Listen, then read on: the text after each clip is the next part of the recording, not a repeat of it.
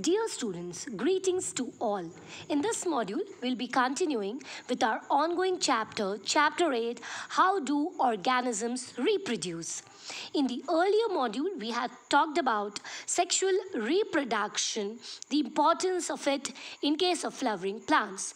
Now we'll talk about how does the sexual reproduction is facilitated in flowering plants. So firstly, let us try to understand what is a flower. The flower is a reproductive part of the plant. Basically, when we talk about the angiosperms, it comprises of the essential whorls and the accessory whorls. Now, when we talk about the essential whorls, they are basically the stamen and the pistil, that is the male and the female part, which are involved in the process of reproduction, and it comprises of the accessory whorls, that is the sepals and the petals, which are not directly involved in the process of fertilization. Now these sepals, they are the green colored structure which we can see over here. So here these green colored structures are referred to as the sepal, which provide protection to the flower in the bud condition. Whereas when we talk about the petals, the group of petals is what is referred to as corolla, and they are beautifully colored and help to attract the pollinators, like for example honeybees. Now, how does this process of sexual reproduction takes place in flowering plant? Now, firstly, we'll try to understand the structure of the male part, that's the androecium, and the female part, that's the gynoecium. So the male part comprises of the anther, which is shown in yellow coloration over here, and it is bilobed. That means there are two lobes of the anther, as can be seen in the diagram. So this is the first lobe, this is the second lobe, and it comprises of the pollen sacs. The pollen sac, they contain the pollen grains. Each pollen grain, it produces two male gamete. So basically the stamen, it comprises of the anther and the stalk-like structure, which is called as the filament. Now talking about the pistil or the gynoecium, that's the group of carpel. There are three basic component parts, that is stigma. It is the part onto which the pollen grains land, the style, which is a tubular portion, the ovary, which develops into fruit, and the ovules, which develop into seed. So the function of the stigma is that it acts as a landing part wherein the pollen grains land. Style is the part through which the pollen grains will travel with the help of a pollen tube and reach the egg, that's the female gamete. Now the flowers, they could be basically divided into two types, that is, they could be unisexual or bisexual. When the term uni, it refers to single, and bi refers to two. So unisexual flowers are the ones which have got either the male part or the female reproductive part. Example, papaya, watermelon, date palm. Whereas when we talk about bisexual flowers, they've got both androecium and gynoecium, that means the male and the female part. Example, hibiscus rosa sinensis, mustard, to name a few. Now, how does this process of sexual reproduction, that is the fusion between the male and female gamete, takes place? It is facilitated by the process of pollination. Now, pollination, it refers to the transfer of the pollen grains from the anther to the stigma of the female part. Now, the transfer, it could take place in the same plant, then it is referred to as self-pollination of the same flower.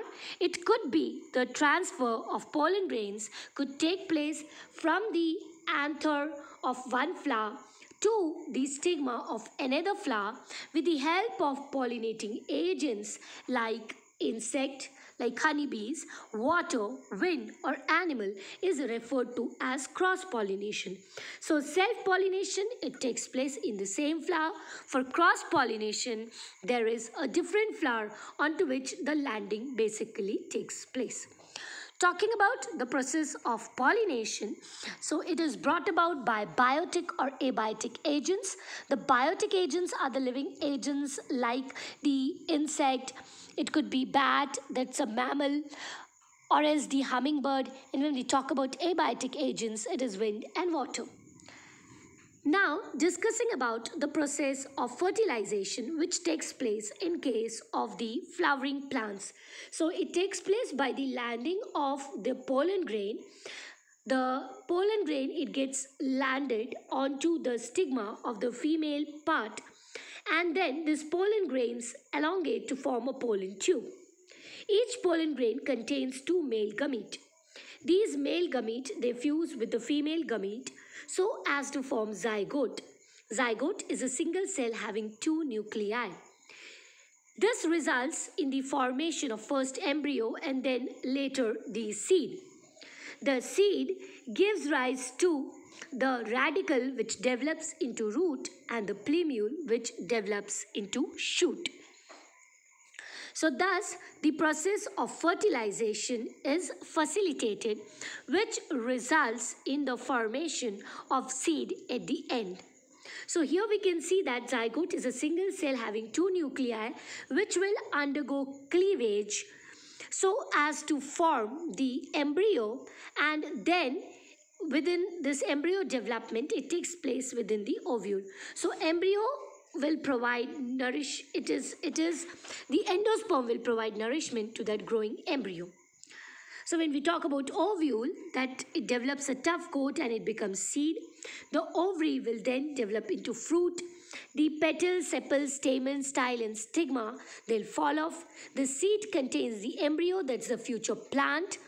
And under suitable condition, when it gets the suitable environment, it will germinate. Now here we can see in the diagrammatic representation the germination which we usually carry out by soaking the Bengal gram or the chana in water overnight. So we'll see the development of the plantlet. So we'll see the development of the plumule which will give rise to shoot and the radicle which will give rise to root. So here in the diagram we can see that of the gram seed we will see that there are two flap-like structures which are referred to as cotyledon. The function of the cotyledon is to carry out storage of food. The plumule, it will develop into shoot and the radicle develops into future root. Thus, the process of sexual reproduction, it takes place in case of the flowering plants. Hopefully, you must have garnered all the concepts related to the components of the flower, the process of pollination, its type, and the process of double fertilization that takes place in angiosperm. Thank you for being a patient listener.